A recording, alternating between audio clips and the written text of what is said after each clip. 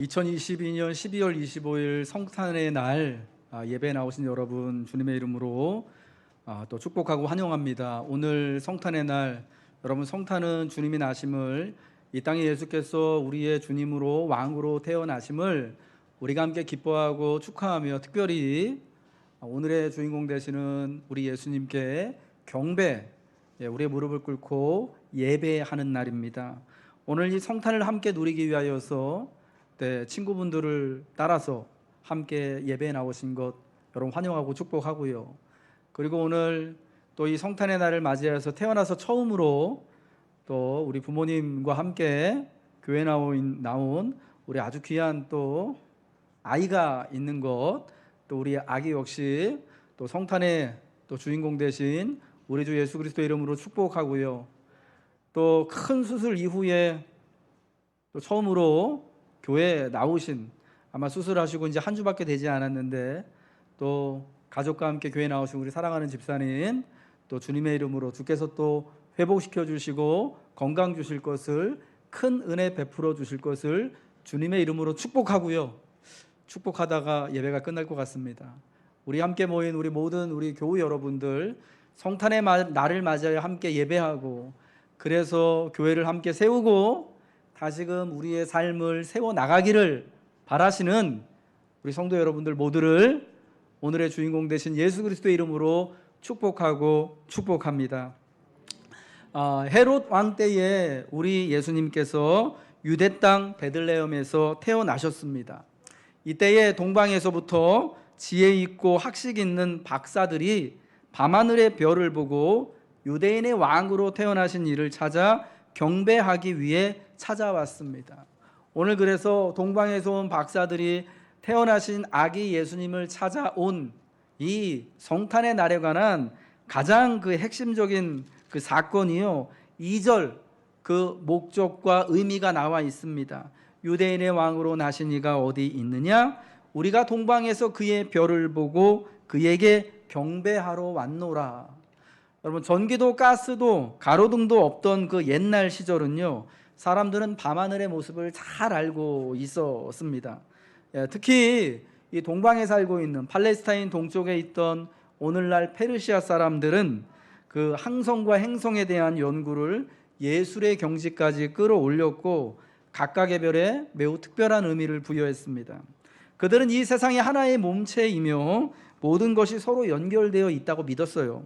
그래서 땅에서 어떤 중요한 일이 일어나면 그것이 하늘에 반영된다고 믿었고요.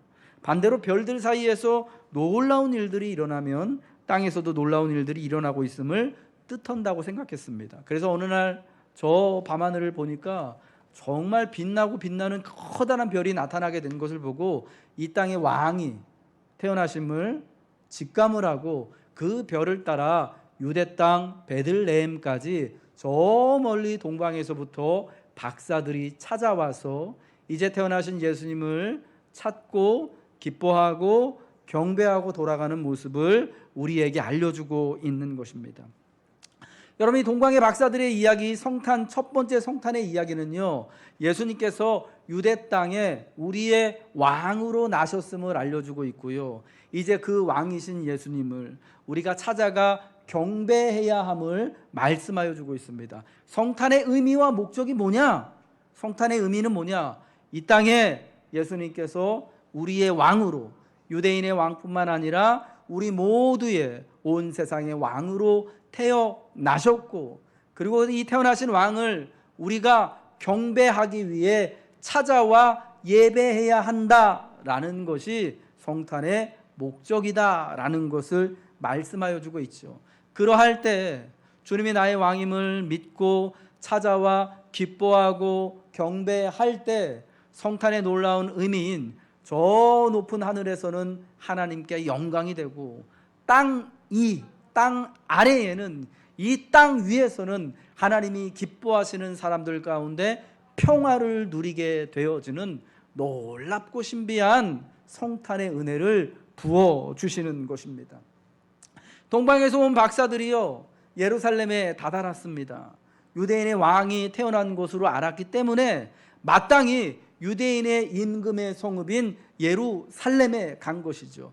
옛날 옛적에 유대 땅에 다윗이라고 하는, 솔로몬이라고 하는 큰 임금이 있어서 예루살렘에서 유대인들과 온 세상을 통치하던 시절이 있었거든요.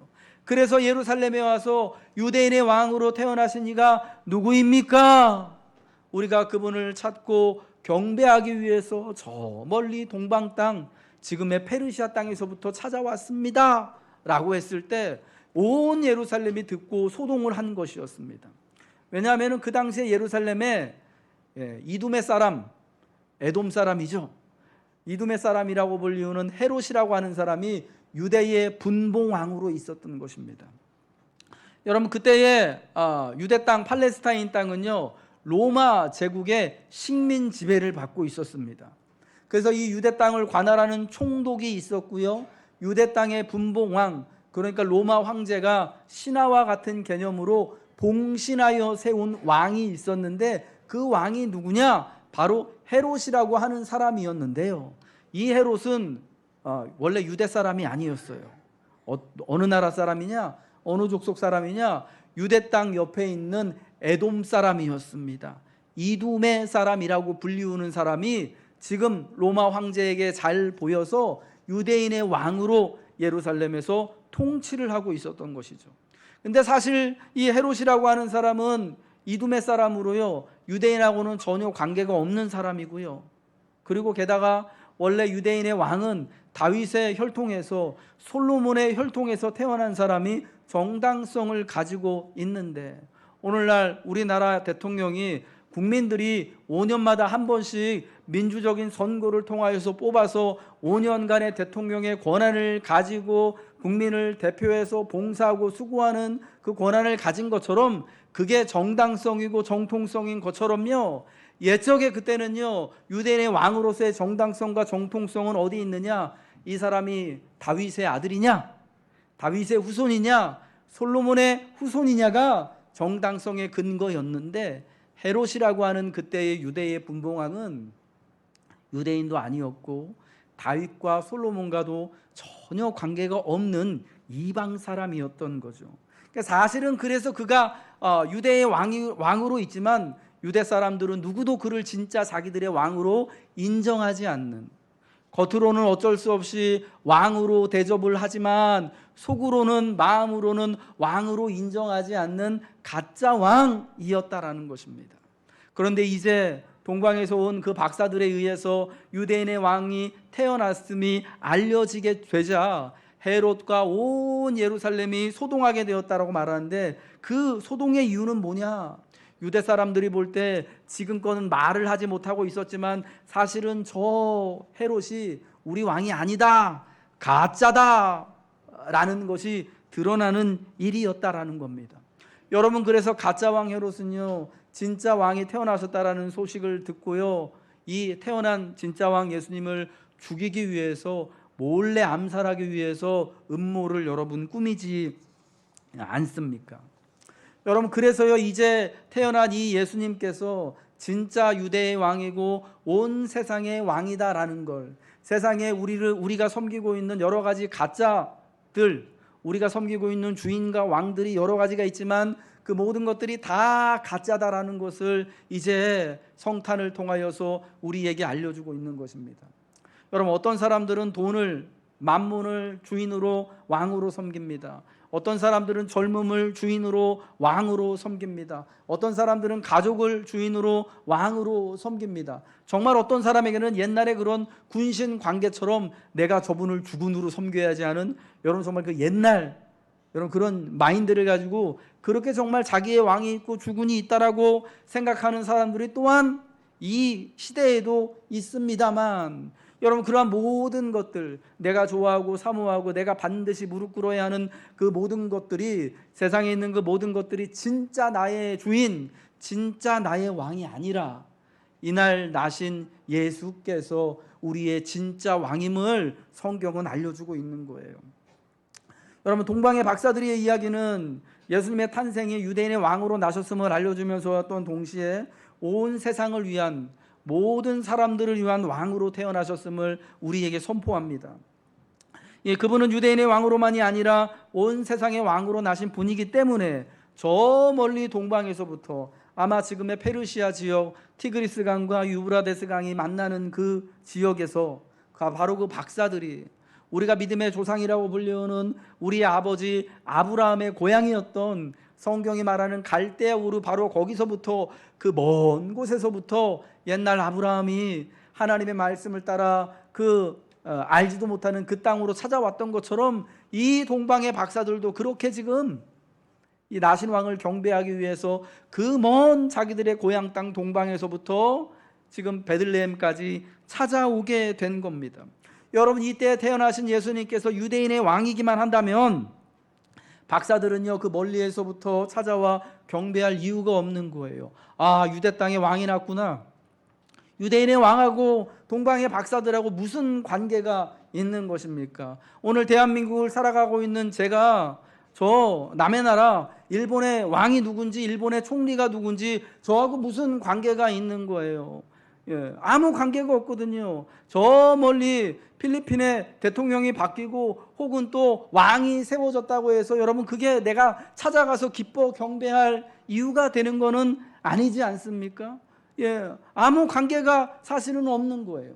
여러분, 그럼에도 동방의 박사들이 유대인의 왕이 태어났음을 알리는 그 별을 보고 저 멀리 동방에서부터 지금 유대 땅 베들레헴까지 예루살렘까지 찾아온 것은 그 태어나신 왕이 유대인의 왕뿐만이 아니라 자기의 왕이 될 수도 있음을 알았기 때문에, 온 세상을 위한 왕이 태어나셨음을 깨달았기 때문에 그 멀리에서부터 먼 길을 찾아 경배하러 왔다라는 것입니다.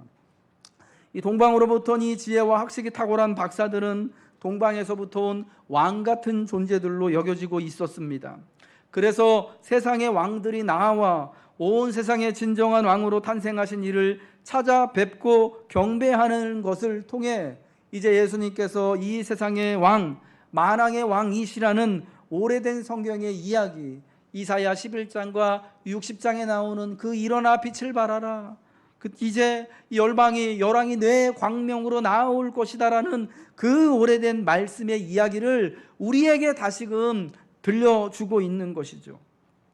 예수님이 탄생하신 성탄의 날 우리가 함께 모여 주님을 찾고 주님을 경배하는 것은요, 이 주님이 이 세상에 구주로 오셨기 때문이죠. 오늘날 다윗의 동네에 너희를 위하여 구주가 나셨다. 이 예수님이 온 세상의 왕으로 오셨기 때문인 거예요. 나의 구주로 나의 왕으로 오셨기 때문에 우리는 오늘 함께 모여서 기뻐하며 주님이 계신 곳을 찾고 주님 앞에 우리가 무릎을 꿇고 순종하는 마음으로 경배함을 믿으시기 바랍니다. 성탄은 온 세상의 왕, 나의 왕이 특별히 헤롯과 같은 이가 아니라 그동안 내게 있었던 모든 그 가짜 왕, 내 건강과 젊음이나 재산이나 만몬과 돈과 같은 것들이 아니라 세상에서의 학식과 명예나 지혜나 권력이 아니라 오직 주 예수가 나의 왕임을 밝혀주는 것입니다. 오늘 그러므로 이 성탄을 기뻐 예배하며 여러분의 임금이, 여러분의 왕이 여러분을 다스리고 여러분을 인도하실 분, 여러분에게 안전한 피난처와 또 안전한 성읍이 되어주실 분이 오직 주 예수 그리스도이심을 믿으시길 바랍니다. 믿는 이들에게, 주님을 왕으로 경배하는 이들에게 주님이 왕으로 다스려 주실 것입니다. 돌보아 주실 것입니다. 주님이 책임져 주실 것입니다. 이 동방에서 온 박사들의 두 번째 이야기는 이제 그들이 유대인의 왕, 온 세상의 왕으로 나신 이 아기 예수님을 찾아와서 경배한 것입니다. 여러분, 이 동방 박사 이야기에서 어쩌면 이 성탄의 가장 중요한 목적이 뭐냐? 왜 이 박사들이 저 먼 곳에서부터 여러분 한 달 정도 걸리는 그 길을, 그 먼 길을 멀기만 한 것이 아니죠. 위험하기까지 하고, 여러분 지금처럼 해외여행이 안전하게 편리하게, 물론 어느 정도 여윳돈이 있어야 되지만 그렇게 되어지던 시절이 아니었습니다. 먼 길을, 상당히 먼 길을 가야 되는 여러분 시간을 내어야 되고요. 그리고 또 굉장히 위험한 길이었고, 길 자체가 위험하기도 하고요, 정치적으로 위험할 수도 있어요. 헤롯이 뒤에서 음모를 꾸미잖아요. 이 왕으로 태어나신 분을 죽이기 위하여서 이 박사들을 불러다가 말하잖아요. 너희가 가서 왕을 경배하거든 나중에 돌아와서 나에게도 알려줘라. 그럼 나도 가서 경배하고 싶다. 사실은 확인한 다음에 죽이고 싶은 마음이 있었던 거죠. 여러분, 이런 정치적인 음모와 모략의 한복판에 이 박사들이 들어간 거예요. 얼마나 위험한 상황입니까? 게다가 그 먼 거리를 찾아와서 귀한 황금과 유향과 모략 같은 값비싼 고가의 선물을 또 경배하며 주님께 드리는 여러분 그 비용이나 그리고 먼 길을 오는데 들어오는 그 모든 비용과 이런 모든 것들을 생각한다면은 정말 이 주님을 찾아와서 경배하는 것이 얼마나 중요하고 얼마나 귀한 이 동방에서 온 박사들의 정말 그 목적이다라는 것이 너무나 분명하고 선명하게 보여진다라는 겁니다. 오늘 마태복음 2장의 예수님의 탄생 이야기에서요, 우리가 분명하게 알 수 있는 것은 그들이 찾아와 경배하였다, 이게 핵심이다라는 것입니다. 이를 통해 성탄에서 가장 중요한 사건은 이 땅에 태어나신 이 예수님을 우리가 경배해야 한다라는 것입니다. 성탄의 날 가장 중요한 것은 오늘 나신 주 예수님을 찾아와 경배, 즉 예배하는 것입니다. 성탄의 핵심은 경배입니다. 예배입니다. 여러분, 그래서 우리는 어떤 경로이든 어떤 상황이든 이 우리의 왕 되신 이분께 나아와 경배해야 하는 겁니다. 어떤 경로이든 그분께 나아와 경배하시길 주님의 이름으로 축복합니다. 왕이 오심을 아는 것에서만 그쳐서는 안 되는 거죠. 별을 보고 연구하는 이 동방의 박사들이요, 오늘날로 하면 그 사람들이 여러분 천문학자가 되겠죠. 아마 점성술사로서의 그런 일도 이전에는 했을 것인다면, 오늘날 우리가 본다면 그들은요 천문학자고 하늘을 연구하는 과학자들이라고 말할 수 있을 것 같은데, 여러분 그들이 안 것은 뭐냐면요, 이제 이 땅에 왕이 태어났다는 사실을 안 거예요. 근데 여러분, 이제 아는 것에만 그치는 것이 아니라 그 먼 길을, 거기가 어디인지를 모르지만 그 먼 페르시아 땅에서부터 찾아오는 것 아니겠습니까? 그 별이요, 저기 팔레스타인이 목적지다, 여러분 이걸 알고 찾아온 게 아니에요. 무슨 말씀인지 아시겠어요? 얼마나 가야지 그 왕이 태어난 곳을 방문할 수 있을지 알고 간 게 아니에요. 팔레스타인 베들레헴 땅을 목적지로 알고 찾아간 게 아니라 옛적에 아브라함이 하나님의 말씀을 따라서 내가 내게 지시한 땅으로 가라, 내 본토 친척 아비집을 떠나 가라 말씀하셨던 것과 유사하게요, 이 박사들도요, 물론 하나님이 왕이 태어나셨음을 말씀으로 천사로 알려준 건 아니지만 그 하늘에 빛나는 별을 보고 그냥 무작정 찾아온 거예요. 목적지가 정해지지 않았어요. 얼마큼의 시간이 걸리는지 몰라요. 얼마나 비용이 들지도 몰라요. 얼마나 위험할지도 몰라요. 가는 길에 어떤 소용돌이에 휩쓸릴지 전혀 모르는 상황이지만 그들이 깨달은 바를 확인하고 그 왕을 찾아가 경배하기 위하여서 그 모든 장애물들에도 불구하고 감내하고 지금 이 주님을 찾아서 이 태어난 아기를 성탄을 기뻐하고 경배하기 위하여서 유대 땅까지, 베들레헴까지 이르게 됐다라는 것입니다. 여러분, 그래서 이 동방의 박사들의 이야기는 우리에게요, 우리가 어떤 형편에 있든지 간에 어떤 경로이든지 간에 주님을 경배하고 주님께 찾아와 기뻐해야 한다라는 것을 말씀하여 주고 있습니다. 여러분, 동방의 박사들이요, 먼 길을 찾아왔어요. 알지 못하는 그 길을. 그리고 상당히 많은 시간과 경비를 들였습니다. 여러 가지 많은 위험과 위기와 또 헤롯의 모략과 같은 정치적인 책략과 술수에도 이렇게 휩싸일 뻔한 위기가 있습니다. 여러분, 이 모든 상황에도 불구하고 이제 태어나신 이분, 나의 구주로 나의 왕으로 나신 이분을 찾아와 경배하는 것이요 핵심이 되어지고 이것을 놓쳐서는 안 된다라는 것이죠. 경배할 때 그 모든 찾아와 경배할 때 그 모든 노고와 그 모든 수고와 그 모든 위기와 어려움들을 깨끗이 잊어버리고 큰 기쁨을 안고 다시 고향 땅으로 돌아갈 수 있게 되는 거예요. 여러분, 이 박사들이 이야기는 주님을 경배하는 예배자의 모습을 우리에게 보여주는 것 같지 않습니까?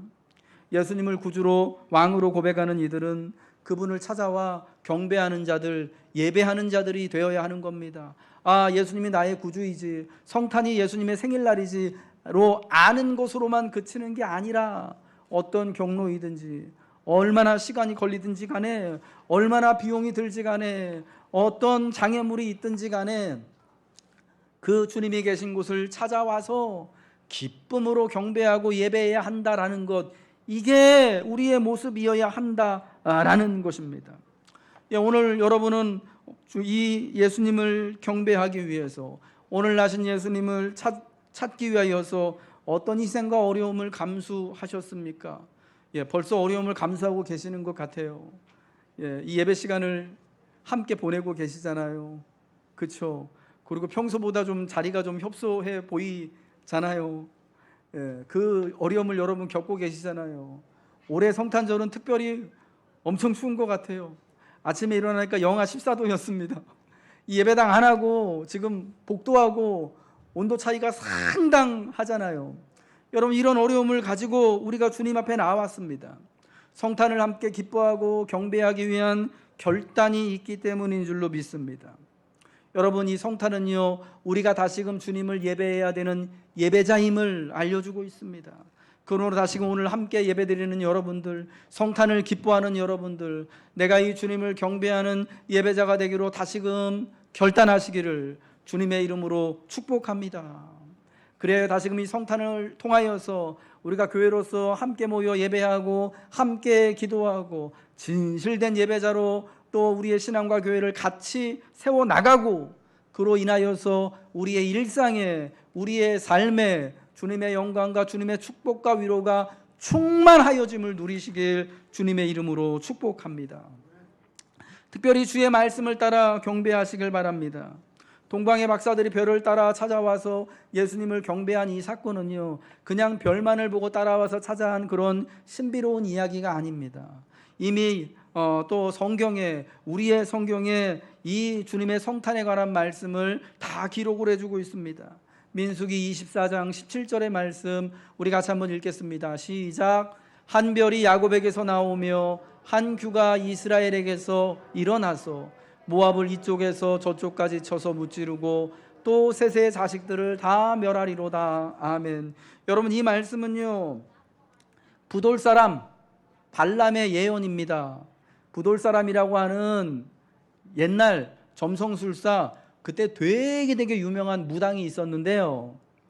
그러니까 이때가 언제냐면은 이스라엘이 애굽을 나와서 이제 막 가나안 땅에 들어가려고 하는 바로 그 시점이었습니다. 그때 이스라엘 백성들을 두려워했던 모압의 왕인 발락이라고 하는 사람이요, 그 당시 이 고대 세계에서 제일 유명한, 요즘 말로 하면 영빨 제일 세다고 하는 저 강가에 살고 있는 부돌 사람 발람을 초청을 했습니다. 여러분, 부돌이 어디냐면요, 유브라데스 강가예요. 그래서 부돌 강가라고 그러거든요. 이 사람은 점성술사 비슷한 사람이에요. 원래가 무당, 점치는 사람이에요. 그러니까 지금 동방의 박사들하고 직업도 유사하고 사실은, 그리고 찾아온 것도 유사한 거예요. 근데 이 발람은 이스라엘 사람들을 저주하기 위해서 돈 받고 지금 온 거예요.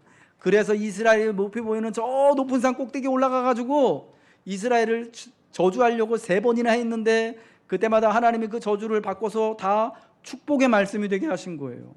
그래서 발락이 열받은 거잖아요. 나중에 여러분 민수기 24장을 집에 가서 한번 찾아보시기 바랍니다.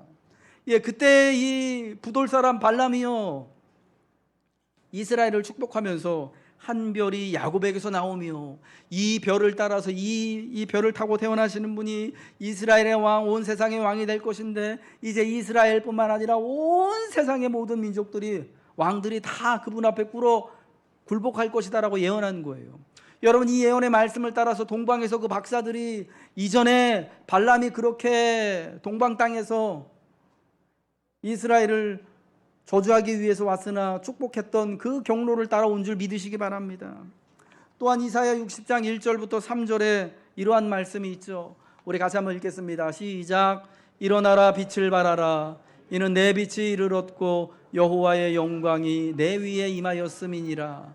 보라 어둠이 땅을 덮을 것이며 캄캄함이 만민을 가리려니와 오직 여호와께서 내 위에 임하실 것이며 그의 영광이 내 위에 나타나리니 나라들은 내 빛으로 왕들은 비치는 내 광명으로 나아오리라.